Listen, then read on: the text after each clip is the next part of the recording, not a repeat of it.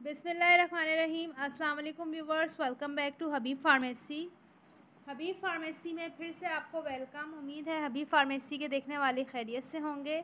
हमारी तमाम YouTube family members खुशहाल होंगे, खुश होंगे और आज बहुत ज़्यादा खुश होंगे क्योंकि आज का जो हमारा रिव्यू है वो है रेज़ोडेक्स। रेज़ोडेक्स कैप्सूल्स हैं। ये 30 कैप्सूल्स का पैक है और 30 mg के कैप्सूल्स हैं। इसमें 60 mg भी अवेलेबल होते हैं और 30 mg भी अवेलेबल होते हैं।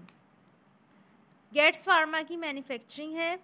डिलेक्सोपेराजोल इसका फार्मूला है, यानी डिलेक्सोपेराजोल इसकी फार्मूलेशन है। अब बात करते हैं कि ये यूज़ क्यों होता है, इसका इस्तेमाल डॉक्टर क्यों करवाते हैं, इसका वर्क क्या है, ये आपकी बॉडी में क्या चेंजेस लाता है। स्टमक के जितने भी पेशेंट हैं, चाहे वो स्टमक का उनको अल्सर है, स्टमक में आपके एसिड बहुत ज़्यादा तेज़ी से, स्टमक में आपके तेज़ाबियत है, आपको खाना हज़म नहीं होता, इनडाइजेशन रहती है, बदहज़मी रहती है, आपकी बॉडी में एसिड बढ़ने की वजह से खट्टी डकारें आती हैं, जलन होती है, मैदे में ज़ख़म हो गए हैं, सांस की नाली में ज़ख़म हो गए हैं, तो उसके लिए बहुत ज़्यादा बेस्ट और इफ़ेक्टिव है। अब बात करते हैं कि इसका यूज़ किस तरह करना है। इसका यूज़ इस तरह से करना है जनाब कि आपने खाने से आधे घंटे पहले इसको लेना है, उसके बाद आपने खाना खाना है।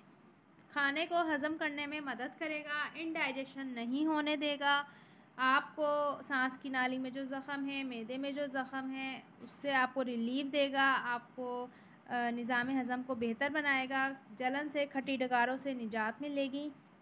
कॉन्ट्रा इंडिकेशन इसके क्या हैं? इसके कॉन्ट्रा इंडिकेशन ये हैं कि ओवरडोजिंग नहीं करनी। ओवरडोजिंग करने की वजह से आपको आपकी जो जलन है, तेज़ाबियत है, वो बढ़ भी सकती है, तो आपने ओवरडोजिंग नहीं करनी। इस चीज़ का आपने ख़याल रखना है।